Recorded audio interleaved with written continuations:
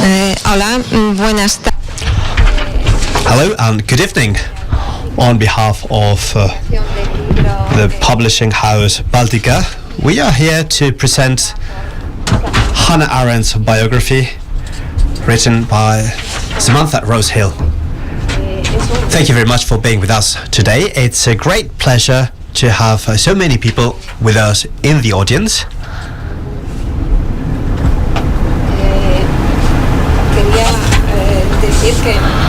And I would like to say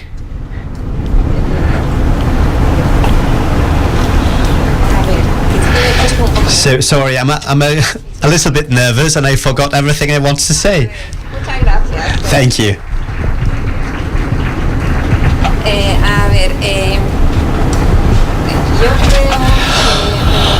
I believe, well, right now, Hannah Arendt is very much of importance these days, and seeing so many people in the audience is the proof that her philosophy and her thoughts are still important today.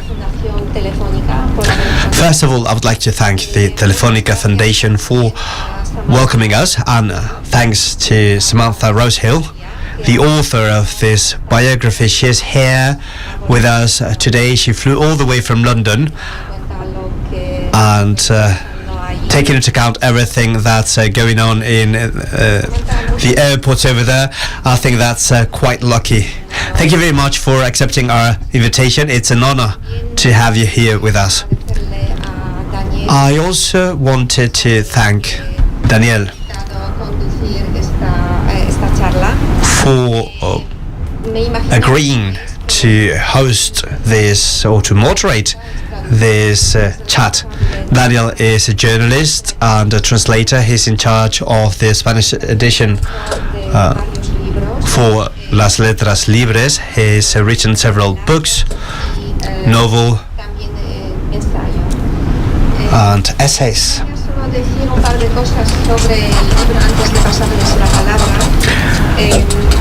And first of all,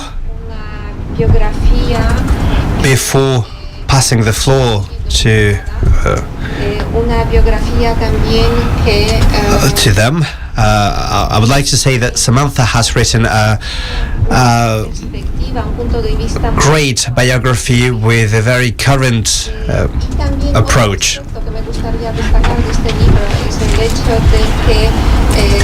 Another thing I would like to highlight is that this book, this work, sets very well the context of Hannah Arendt's work.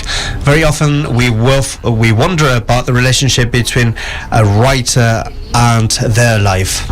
As Samantha has very well proven in her book, this link between the thinking of this author and her life experiences is key. Hannah Arendt had to face very dramatic circumstances. She always knew how to deal with them, face them, and overcome them. As Samantha shows, all this had an impact in the way she dealt with things. I think that Samantha at some point says that Hannah Arendt was a philosopher who loved life, and she also says that Arendt felt very curious and wanted to understand the world. I believe this sentence is very accurate and so right in the case of Arendt, because it is in the foundations itself of Arendt's thinking. I'm very happy to have so many people here in the audience, because this shows that Arendt's thought is very much of actuality. The events in the past months have obviously impacted in us thinking of Arendt more than we used to. The topics she discussed and thought about on liberal democracies and the rise of totalitarianism is something we are experiencing right now. So I'm sure that we're going to enjoy this presentation very much. This event will last for about 1 hour, and then we will have a Q&A session. So I give them the floor. Thank you very much.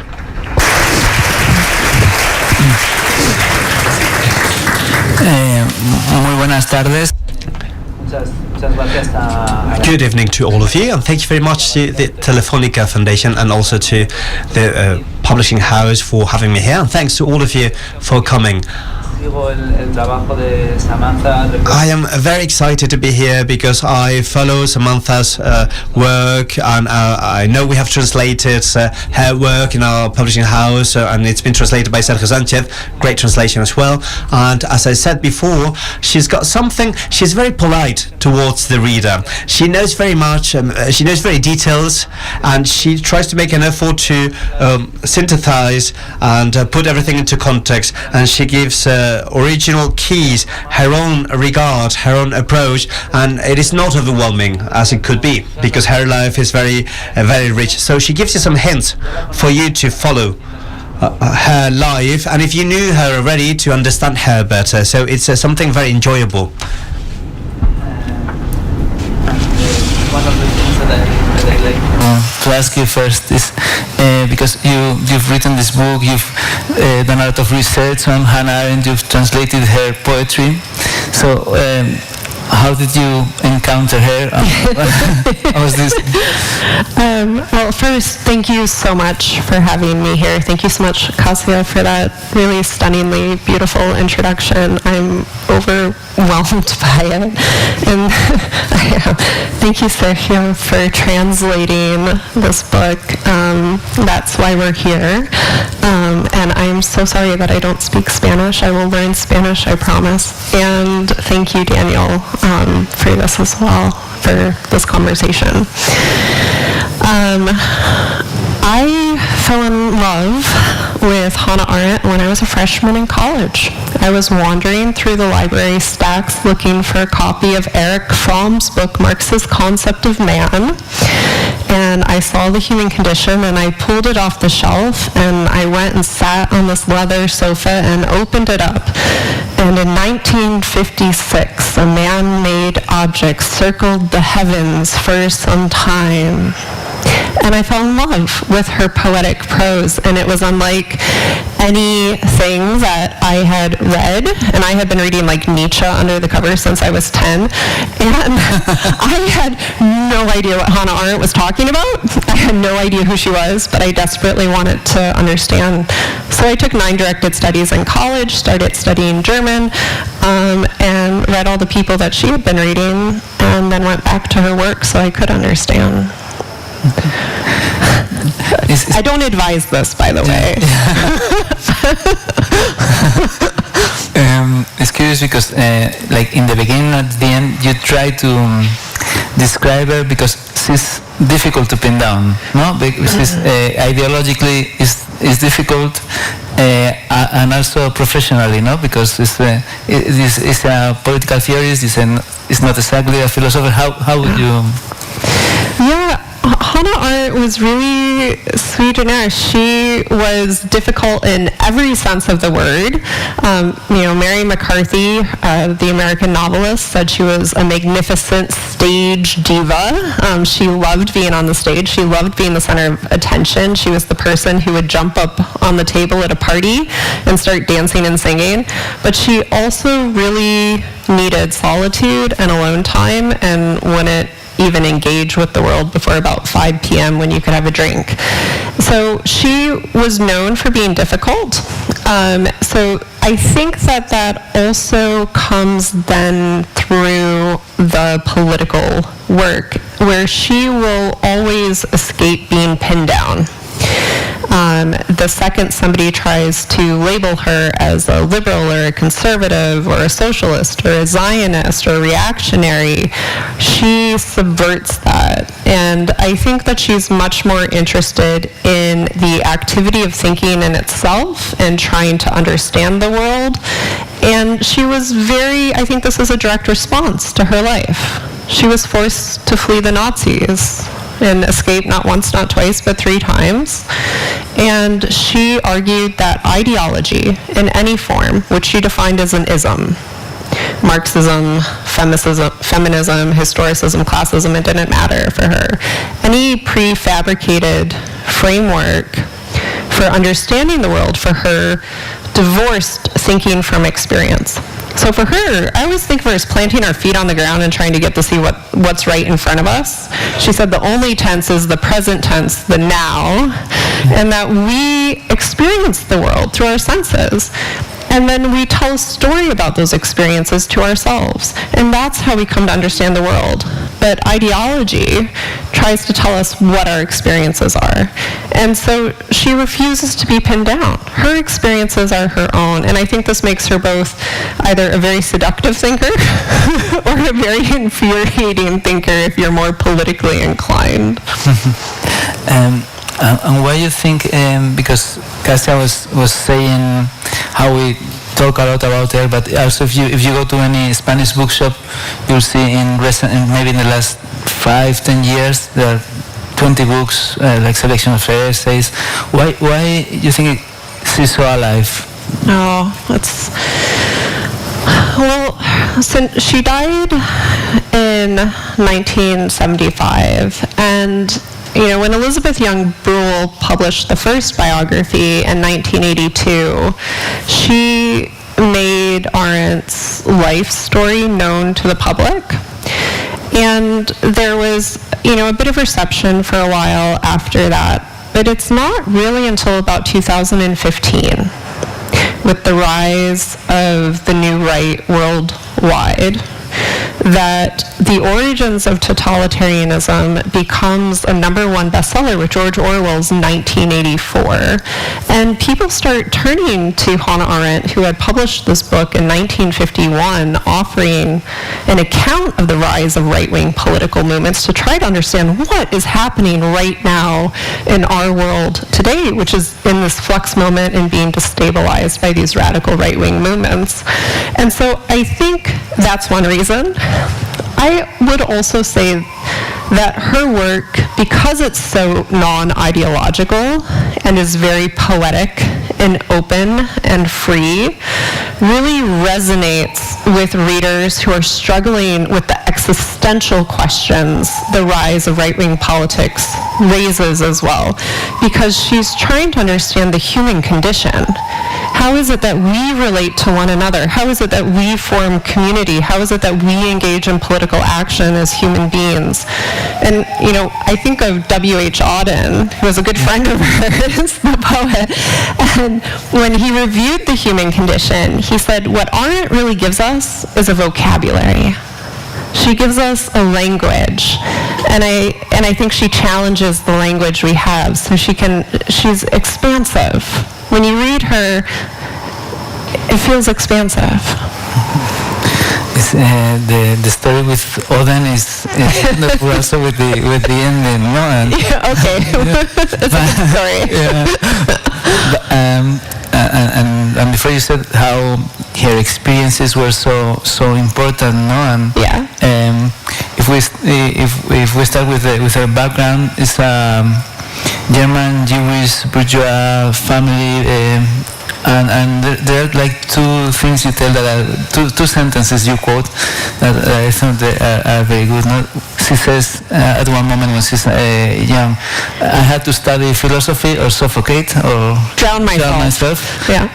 And also her mother's advice that if they attack you as a Jew, you have to defend yourself as a Jew. Yeah. Yeah. Hannah Arendt never intended to become a writer. Her father died of syphilis when she was 7 years old, and her happiest days in childhood were spent in her father's library reading philosophy. And by the time she was 14, she knew Greek, Latin, had read all of Immanuel Kant and Karl Jasper's Psychology of Worldviews. And for her, she wanted to go and study philosophy. And she was going to become a university professor. And the other experience was a very formative experience for her, which happened when she was about 5.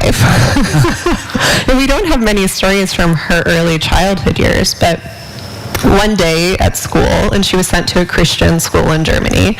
One day at school, another child went up to her on the playground and accused her of killing Jesus. And she didn't know what this meant, and she went home and told her mother, and her mother said, no. If you are attacked as a Jew, you defend yourself as a Jew. And then, her mother started sending her to shul every Saturday. But when... After February 27th, 1933, after the burning of the Reichstag, that's when these two anecdotes come together in her biography. She says, I want nothing more to do with these intellectuals, because the professional philosophers who were responsible for thinking about how we should act in the world were actually the least capable of acting when the chips were down, as she would say. And she said, I only want to do work for my people, for the Jewish people. And so she put down her manuscript that she was working on at the time, which was a kind of biography in itself, a Rahel Varnhagen, who had been an apprentice of the poet Goethe and formed the Salon Society in Berlin. And she started doing political work, helping communists escape Berlin and collecting anti-Semitic propaganda from newspapers at the Prussian State Library before she was arrested by the Gestapo. It's been like 8 days, no? 8 days in the basement of the Gestapo prison at Alexanderplatz in Berlin. And, in her own telling, miraculously was let go. She fled the next day. And that she became a different kind of professional, but this active side of politics, she was there for a long time also. I mean, also during World War II and after, no, with helping the Spanish refugees and. Yeah, no, she always remained political. She goes through Switzerland to Paris, where she spends about 8.5 years in exile working for different Jewish organizations, mostly Youth Aliyah, helping Jewish youth to escape to Palestine. She goes to Palestine in 1935. She does not like it.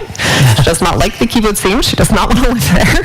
She goes back to Paris, and she's forced to report for internment in the spring of 1940, and so was her husband, Heinrich Blücher, and they're sent to different camps. Arendt is sent to Gurs, which had been built on the border between Spain and France, and she was part of a mass escape after about 5.5 weeks with 62 other women, and she walked across France alone on foot to find Walter Benjamin.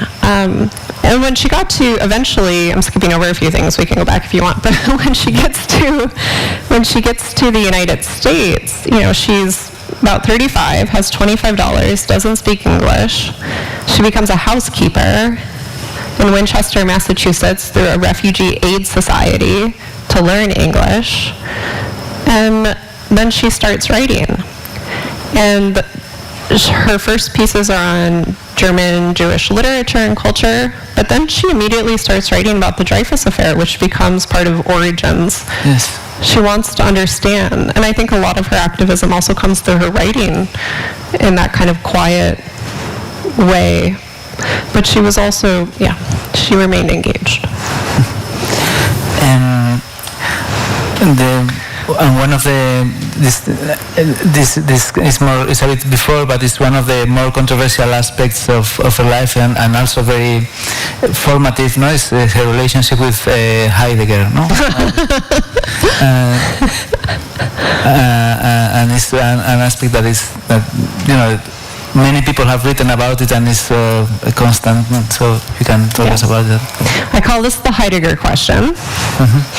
It's usually the first or second question, so bravo. No. But you have to ask me. It's like I cannot explain the affairs of the heart. I can't give any sort of satisfactory answer. I can tell you about their relationship. Hannah Arendt met Martin Heidegger when she went to study with him in 1923, 1924, which is also when she starts writing poems. And they have a very intense love affair for about a year. And she breaks up with him. And she goes and spends a summer with Husserl, the great phenomenologist, before going to Heidelberg to study with Karl Jaspers. They keep in touch, meet up a couple of times, but after 1933, she doesn't speak to him again until the 1950s. She writes him a pretty devastating letter. He writes a very horrific letter back to her, and they reunite in a hotel after the war, which is usually what people want to talk about. How? And I don't have a good explanation for this. Jerry Cohn, who recently, may he rest in peace, recently passed, was Arendt's last Lehrstuhl at the New School and literary executor. He told me I think it's apocryphal. He told me a story once that on her desk at 370 Riverside Drive, there was a corner of Martin Heidegger, a picture of Martin Heidegger in one corner, and a picture of her husband, Heinrich Blücher, in the other. Heinrich Blücher was her four walls, her home, her intellectual companion. Heidegger was that love that many of us have probably had that make us want to write poems. And those often aren't the same thing, I will say. You can disagree. No, it's curious what you say about poems, because one of the things that that is interesting in the book is how important poetry was for her. You quote some of her poems, and there's a linguistic element that is very interesting. Also, she has to learn French. She learns Yiddish. She says, "I'm one of the few German Jews that speak Yiddish in Palestine." And then she becomes an English writer, and so she's not. Oftentimes people assume that Arendt wrote her books in German. But it's so much more rich and complicated than that. Arendt wrote many of her texts in English, like Origins of Totalitarianism and the Human Condition, and then she translated them herself into German and essentially rewrote them. So if you read German and you read in English and you read The Human Condition, you have two different books almost. And she spoke German, English, French, Hebrew, and Yiddish. And she is always, I think, moving between languages in her work. Language is so central to her project of thinking. Jerry also told me once that she used to like to say that you could tell how smart a person was by the language they chose to use, because our language reveals the inner life of the mind, which is otherwise invisible. And I think the history of translation in Arendt's work tells its own kind of interesting story. So I'll just give you two quick examples.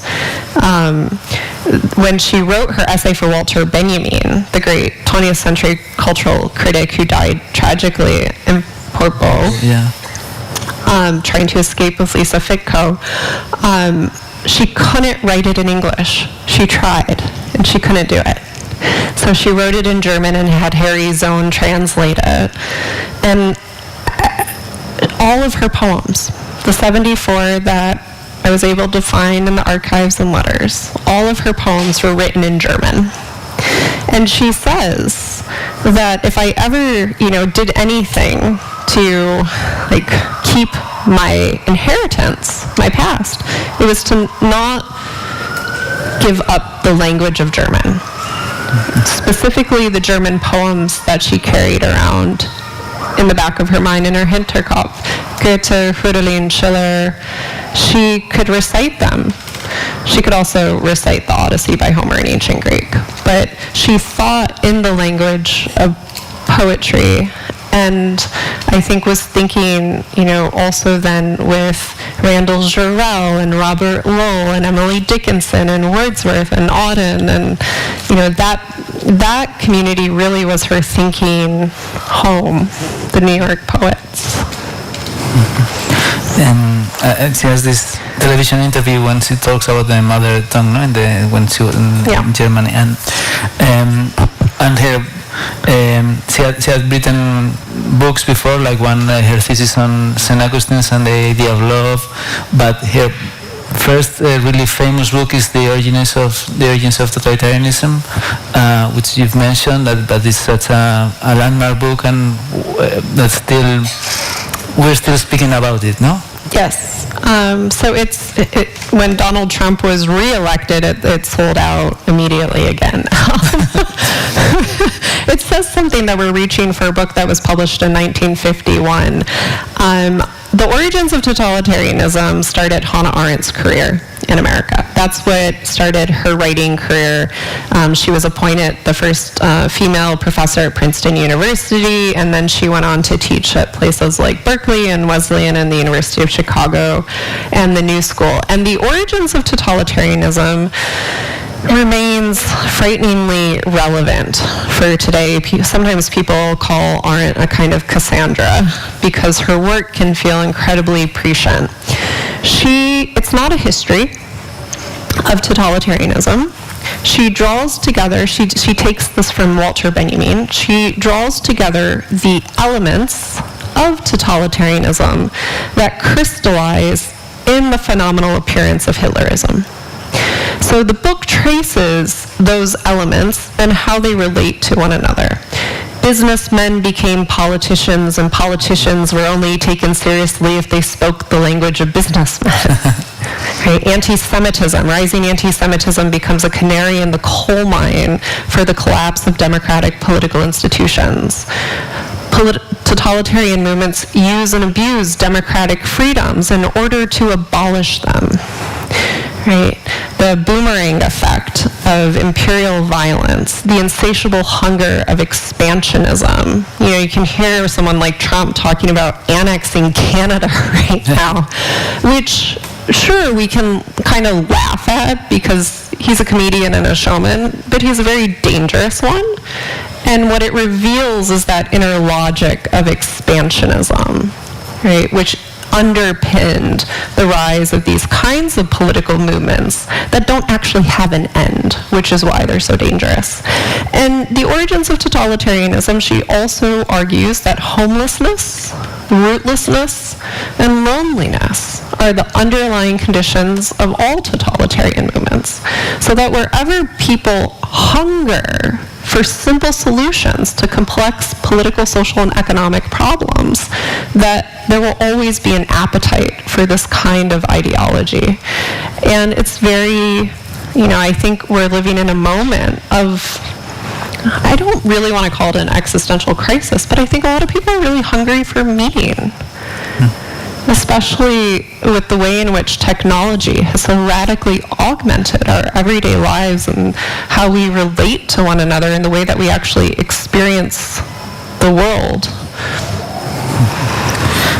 And something that has to do with the cultural climate, and you can see it also in the book, is this post-war New York intellectual atmosphere where magazines are very important, where the universities are also expanding, and you have these hard controversies and articles can cause a sensation, and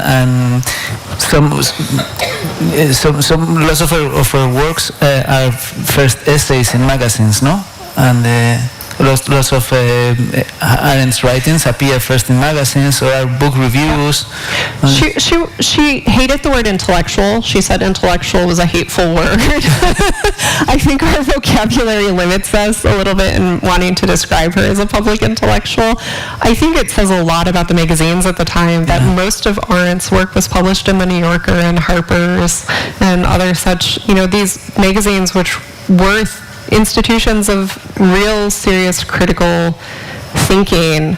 I went to the New York Public Library to look at the New Yorker archives because that's where The Life of the Mind, her final work, the work on thinking, was published. And I was looking at Mary McCarthy's edits, arguing with the New Yorker editor about whether or not Nietzsche actually, said this, or whether or not this quote's in Kant. And, Arendt was writing, I would say that she was dedicated to public political work. She really believed in the public sphere. She believed in writing for a public. She really turned against the kind of closed off, we would say maybe ivory tower academic milieu when she left Germany. And, I think she loved teaching from her correspondence, but she also really struggled to find time to write as well. And you were talking about the loneliness and totalitarianism, and you have this great chapter about friendship that was very important in her life, and you mentioned Walter Benjamin and Mary McCarthy, but many people that were very important for her life and her work, no? Yeah, she really lived in community. Friendship was an art for her. I can't remember if it was McCarthy or Hans Morgenthau said she was a genius at friendship. She was known for throwing parties, known for opening one too many bottles of wine, but she was able to reconnect with Karl Jaspers, her mentor and friend, shortly after the war ended. And, she's sending him boxes and boxes of goods from America. She loved her friends. And I mean loved.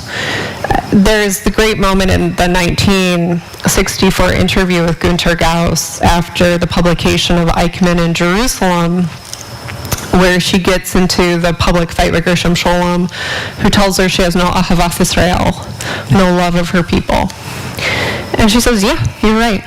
I don't love a people. I love my friends.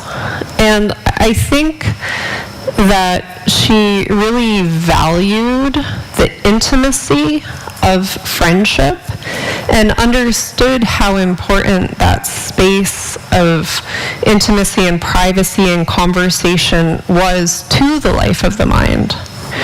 She would sit in her apartment for hours with the poet Randall Jarrell when she was first learning English. And he loved German but refused to learn how to speak it properly because he thought that would ruin his love of the language. But Arendt liked that he liked German. And they would sit for hours and just read poems to each other and talk about them. And, she took care of her friends. And, yeah. Many examples. Part of these ideas are also in the first book you read about by her, the human condition, no? The ideas about forgiveness and reconciliation, and how modernity and social life becoming, Yeah. I would say that the human condition is probably more relevant right now than the origins of totalitarianism, because the question that really underpins that work is, can freedom be saved in modernity? Arendt's answer is no, so it's a depressing book. But it's not hopeless. Yes. I think she also gives us a language to think about how, as you said, forgiveness is something that goes on between two people. It allows us to keep human ties, human relationships. Her notion of reconciliation is very much a part of amor mundi, which is what she was going to title the human condition, and it means love of the world. And she took it from the early church fathers and from St. Augustine, from that early work on caritas, on neighborly love. And it means, it's a beautiful quote that she writes to Jaspers, where she says, the most difficult thing is to love the world with all of the evil and suffering in it. And she says, only, so late now have I really begun to love the world. And that reconciliation is learning how to look at the world in front of us, the good, the bad, the horrible, the joyful, the evil, and ethically choose to be in it, to act, and to love it. That's what loving it means. She doesn't talk much about the time she was interned, but when she was in Gurs, she thought about committing suicide. And she says, in that moment, she realized she had a choice. She was going to love the world or not. And she loved the world too much to give up on it. And I really think of that as a kind of ethical imperative that she leaves us with, because it's very easy to want to go into our foxholes or our thinking loops and to hide from some of what's happening sometimes. And like on the probably it has something to do, but with this amor mundi that is in a less intuitive form. But you explain, and anybody can see that she was not afraid of controversies, no? No. Understatement. Yeah, which one do you want to talk about? No, well, I was because you had mentioned it before, the Eichmann in Jerusalem. No, I think that because it's very important because of the book. Also, I think the election of, like, the choice as a writer that you do, you go to Israel, you spend months following this instead of being, and her previous relationship with that part of the world, with and all the problems that the book gave her, no? So it's yeah. So Arendt went to Jerusalem to cover the trial of Adolf Eichmann, and she published the reportage initially in the New Yorker and then in book form, and it really just set the New York social scene on fire. She was canceled publicly, we would say today. All of New York Literary Society was summoned to the Hotel Diplomat in downtown Manhattan, and everyone got up and denounced her for being too sympathetic to Adolf Eichmann, for blaming the Jewish people for the Holocaust, and for writing in an unforgivable tone. I think if you haven't read Arendt and you're going to read her, which I hope you will, I think one thing to keep in mind is that she was an incredibly sardonic thinker. She switches tones a lot in her writing. She'll switch voices, but she had an incredible sense of humor, and she really agreed with Brecht that it was better to take very serious things with humor than to take them very seriously, because that gave them too much credit. So she goes to Jerusalem, and after the first day of the trial, she writes a letter to her husband and says, this whole thing is so damn banal. She thought that, I think at the end of Origin, she talks about radical evil, that the Holocaust had been a new form of radical evil that had systematically stripped human beings of their citizenship, of their legal status, and of their humanity, and tried to disappear them from the world altogether. She said it was like the medieval portrait of hell brought to earth. And then she goes to stand face to face with Eichmann to see evil incarnate, and she realizes that he's just a human being. That the people responsible are just human beings. There are no monsters. There are people who decide to think and resist and people who decide to go along. And not only did Eichmann decide to go along, he wanted to be the very best at his job. So she talks about him as this kind of bureaucrat who thought he was smarter than Hitler, you know. And she got in a lot of trouble for this. I think I'll just add one more thing, you know. With the origins of totalitarianism, it's 3 books in one, right? It's anti-Semitism, imperialism, and totalitarianism. And she does a kind of similar thing in Origins and Eichmann, where she says, and this is part of her argument, that anti-Semitism is a part of the rise of totalitarianism. But it's not the only thing. And so was Eichmann anti-Semitic? Yes. But was that the only reason? No. And I think that's what really kind of got her exiled from Jewish society. But that was her question. Why was it the Jewish question that set, she said, the whole infernal thing in motion? And you quote something she says is like in Eichmann, the idea of excluding others, no? It's like when she condemns him, but not in the... Also, yeah. So Arendt argues at the in the final pages of the book, she says that Eichmann must die, but not through legal means. She argued that he had committed a crime against humanity, and that by saying that he did not want to share the earth with the Jewish people, we should not be required to share the earth with him. Every political philosopher has their own definition of the human condition, of what makes us human. You know, so for somebody like Karl Marx, it's that we can take our hands and apply our raw creative power to the earth and make objects. Right? For Arendt, it's that we appear in this world, and none of us asked to appear here. We're going to disappear from here.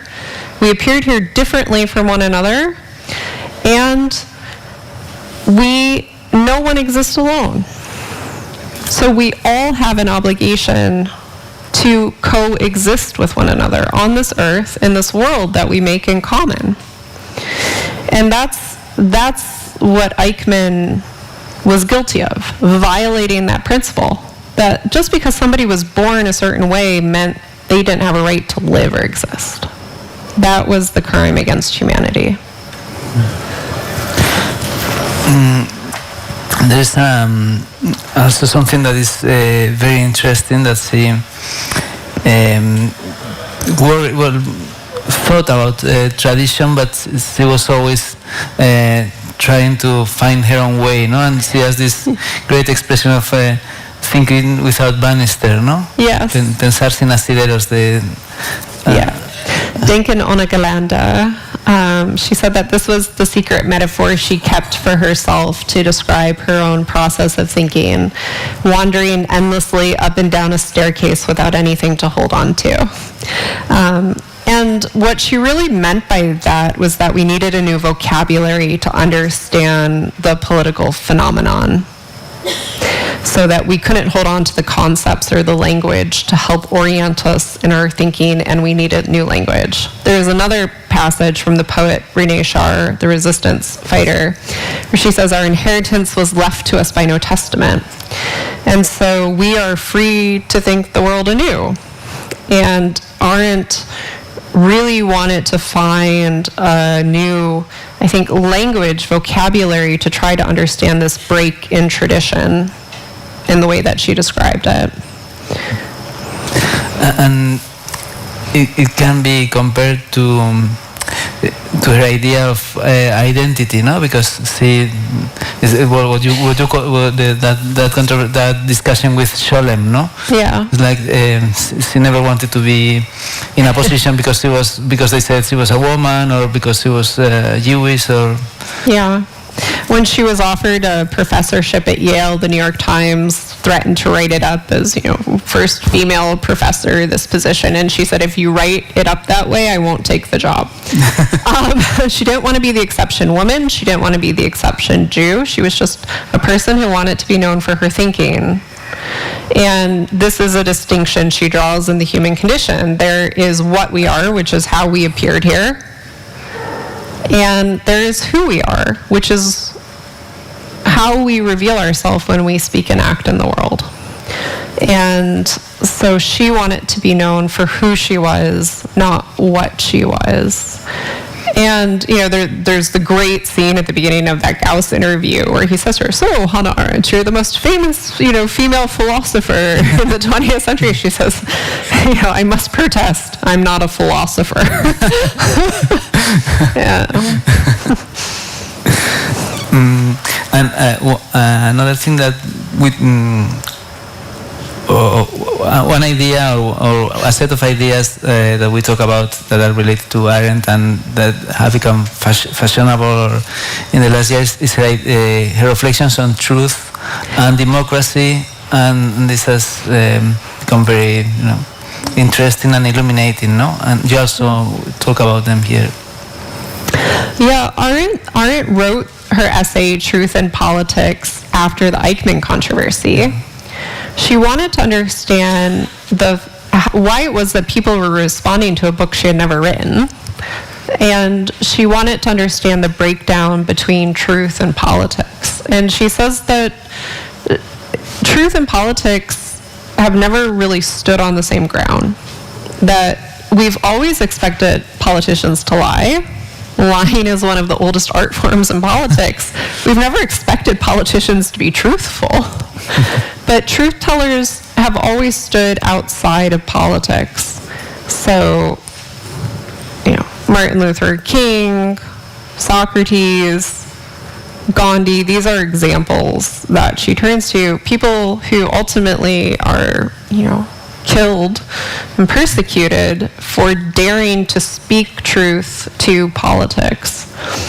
I think that she is also trying to push back against the idea that there is a capital T truth. So when you read that essay, it's a little weedy, but she always describes truth, historical truth, a mathematical truth.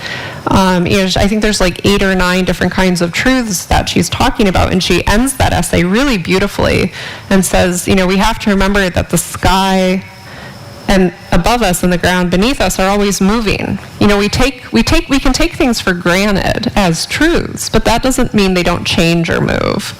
And I think one of the core moral questions, that's really in part driving this work is how can our standards of judgment just change overnight? She's trying to understand the breakdown of society and how it is that we can lose common sense, we can lose our common language, we can lose our common standards of judgment that allow us to have a commons, as she put it, that allow us to have a vibrant public political sphere where we can engage in the work of politics and not just be indoctrinated by a political movement into an ideology which tells us what to think. And it's curious, no, because Bueno, y es curioso porque a veces pensamos en Arendt como esta pensadora del totalitarismo, pero ella también violence and revolution in the time of the students' protests. She writes about race. She writes about the Pentagon Papers. Yes. Her views on American society shift over time. She arrives in 1941, and she's really kind of taken with American politics when she first comes to the United States. She's taken with American democracy and Montesquieu and the separation of powers. And she becomes sort of involved in politics in the United States over, I would say, the course of her career. She writes about the Pentagon Papers, about Nixon and the Watergate scandal. Probably most famously, though, is her essay Reflections on Little Rock, which remains her most controversial piece of writing where she argues against the Brown versus Board of Education decision, which ended separate but equal Plessy versus Ferguson. And it's, obviously still incredibly controversial. There are two main arguments in there. She argued that parents should not mobilize their children to fight political battles for them, which is contestable, I would say. And I had a great opportunity to interview a brilliant Arendt scholar, Anita Allen, who was one of those children who were forced to integrate a school, and made the point that children are already being politicized by society. I think Arendt's second point in that essay really connects with the later work on American politics through the early 70s, where she says she was really, wary of the expansion of federal power. So anytime there was an attempt to enforce something like equality, she was very wary of that, in part because she said, this is a battle that has to be won heart to heart. We have to talk to one another. You can't force people not to be racist. But she also saw the power moving away from, I would say, the early 1960s on, with JFK through the 70s, moving away from those lower local branches of government in the United States toward the federal and executive branch.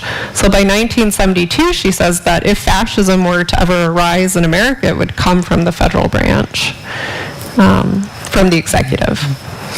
Yes, and it has a little to do with something you explained, that she was not exactly skeptical but cautious about the idea of representative democracy. Yes, she didn't like representative democracy.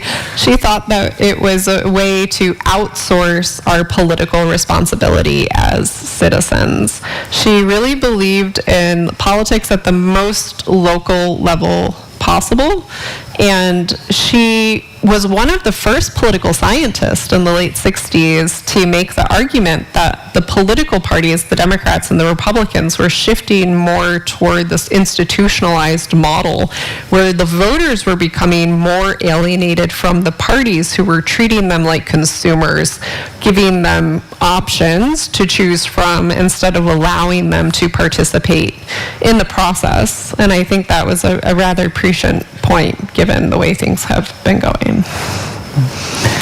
And I was thinking in other parts of her work that are less known is, for instance, her work as an editor, no? Oh, yeah. For instance, Kafka's diaries and... Yeah. Oh, I would love to see those diaries. So Hannah Arendt was responsible for bringing some German authors to America when she was working and editing for Schocken Books in the 1940s, late 1940s. And so Gershom Schollem's work on political theology, and also she was responsible for editing Kafka's diaries, which not a lot of people know, but she hated Max Brod. And this, I don't know if there are any doctoral students in the room, but anybody, I really want someone to write this book because I have too many other things that I want to work on right now. But Arendt actually edited Kafka's parables. She actually changed them.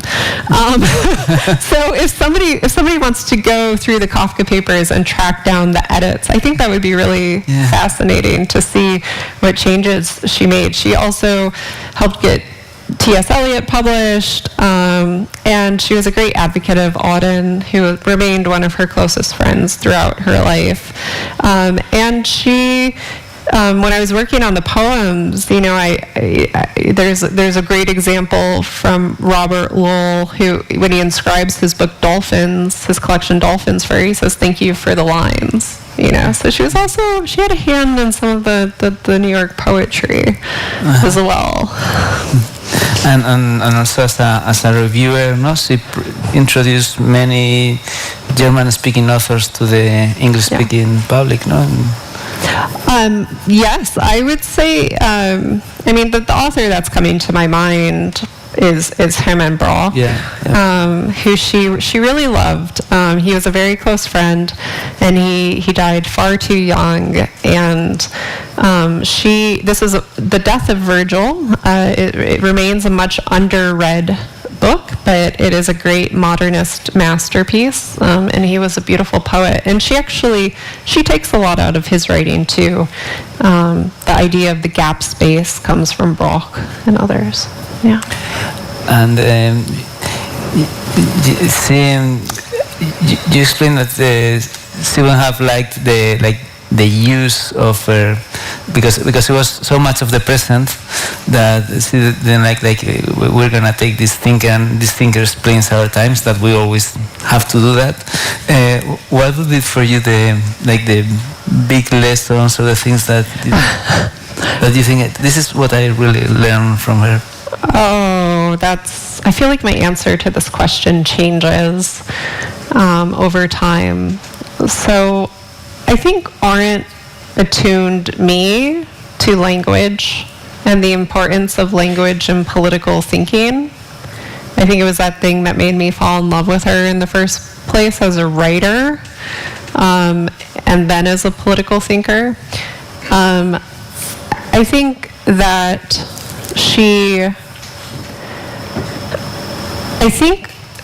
the most important concept in her work comes from The Life of the Mind, and it's the second book on willing, and it's the book nobody reads.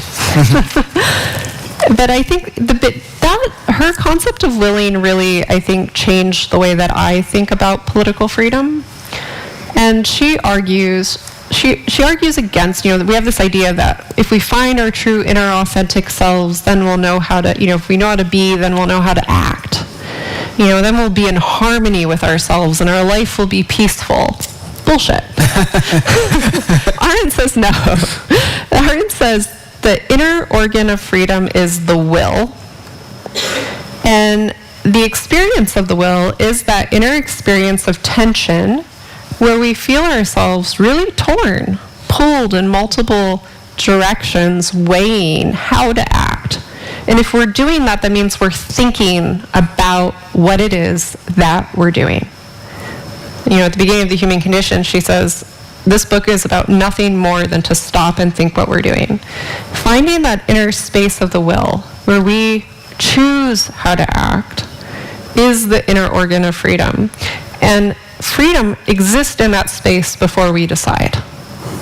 Because then once we act, we set something new into motion, which is why we need forgiveness, because it might not go so well. But we act. And then, we can think about what we've done and we can tell a story about it. But it's coming back into that inner space of thinking that is so central to her work. Finding the solitude to engage in conversation with oneself and to really think about how we want to meet the world and how we want to be in the world. And I think for her, she says that we are always free to change the world and start something new in it. And I think, that understanding of the will, because I can relate to that feeling of being torn, of feeling uncertain. How should I do, what do I want to do here? How should I show up? And then it means the promise of her work is that things can always be other than they are. That's what she learned when she went to see Eichmann. People, we make the world. We make the world. There's no, fourth invisible hand making the world. We make the world. And that's how we have to be responsible for it. No sé si tenéis alguna pregunta, alguien.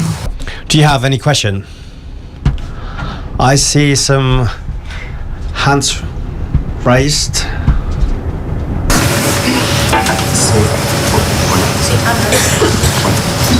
No. So thanks for your talk. This maybe it's too general, but I wanted to ask, where does hope dwell in the world of totalitarianism, individualism, nationalism, and a profound poor political speech, so we're not on the verge of another 1930s round? Did you say hope? Yeah. Boy. My personal motto for a long time has been embrace despair, with an emphasis on the embrace.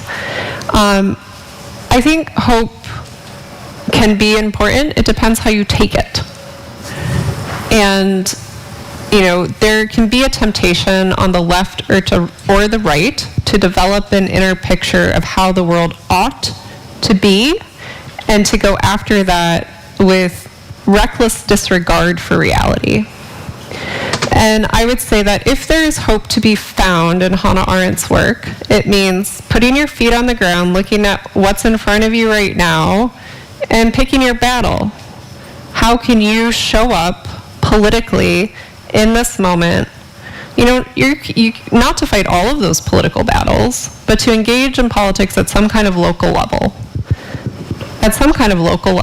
To help people immediately in your community. That's where I find hope in Arendt's work. It's not in a grand political vision, and it's not heroic, although she did remind us that hero in the Greek meant anybody who acts.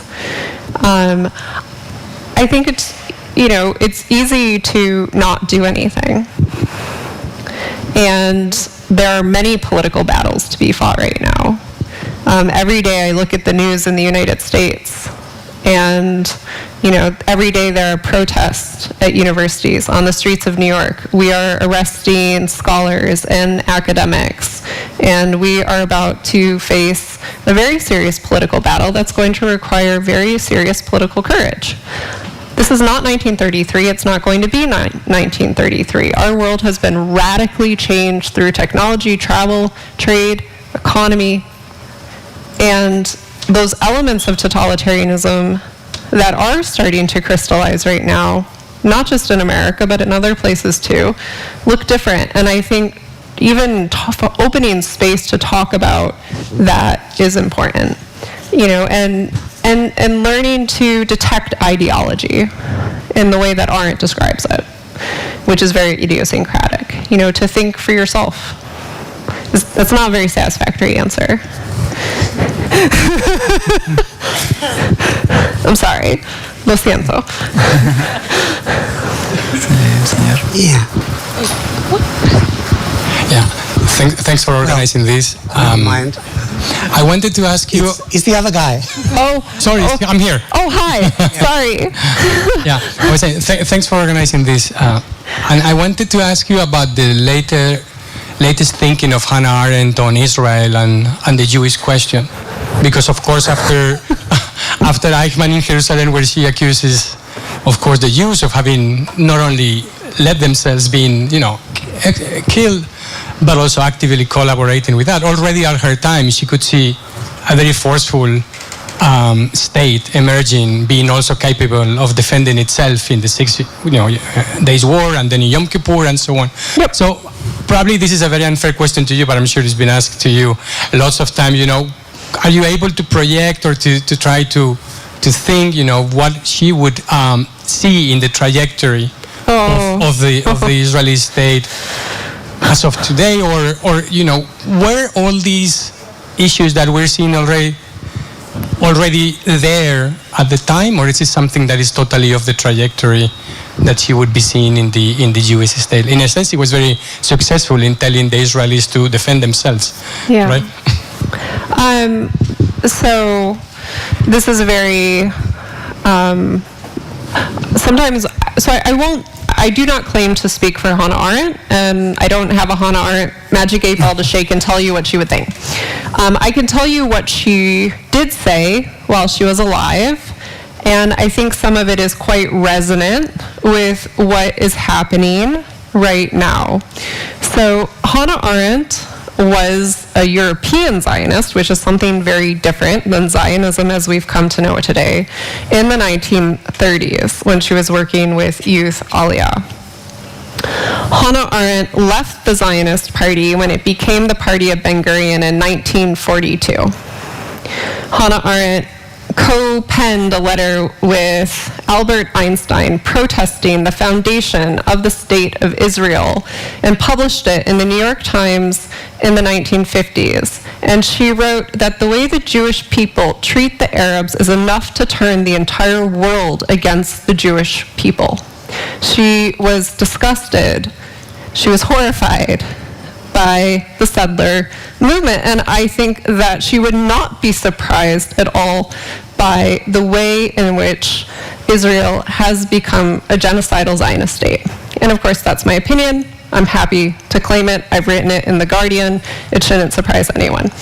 The other thing, which I think is very much worth discussing, is that Arendt's question, when she wrote The Origins of Totalitarianism, was why was it the Jewish question that set the rise of Hitlerism and Stalinism into motion? Why was it the Jewish question? She argues against the idea of eternal anti-Semitism, and she argues that anti-Semitism is a canary in the coal mine for the collapse of democratic institutions. And what we have today, I think as Corey Robin recently put it, is a new alliance being forged by the right-wing Zionist of Israel and the new right-wing fascist parties that we see rising around the world. And I don't think this would have shocked Arendt. I think she would have been very saddened by it. Yeah. Now it's my turn.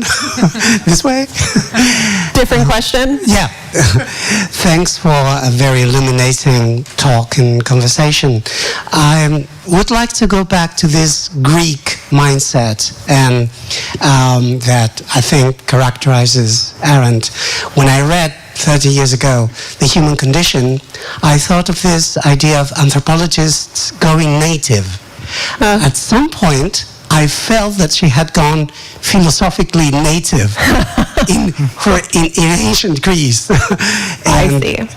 Would you speak to that, please?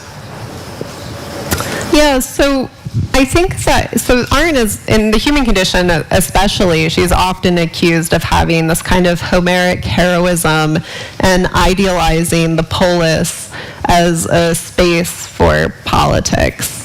When I teach the text, I push back a little bit against that particular reading because I think what she's trying to look for in history is a place or a time when politics was divorced from economy. She writes in Origins that wherever, politics and economy collapse in on one another, freedom is in danger. And so the project of The Human Condition is to try to conceptualize a space that's for politics and not for economics. And so I think she sees that in the polis. But in all fairness, she's not a historian. She makes no claim to be a historian, and I don't think that her examples hold up necessarily historically. If I take off the lecturing hat there for a moment, but I think the question is a very important one. Is it possible to actually have a public sphere that is not being driven by the logic of economic, utilitarian, productive, consumptive values by businessmen? I think that question was very important to her. Yeah. You're welcome.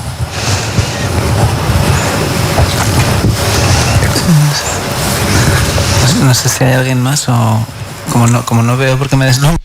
Are there any other questions? I can't see any hands risen. Okay, so thank you. Thank you very much for coming. Thanks, Samantha. She's the author and she'll be signing her books. Samantha estará firmando libros que os lo recomiendo a todos porque You're invited to have your copy signed and you'll be enjoying it, I'm sure.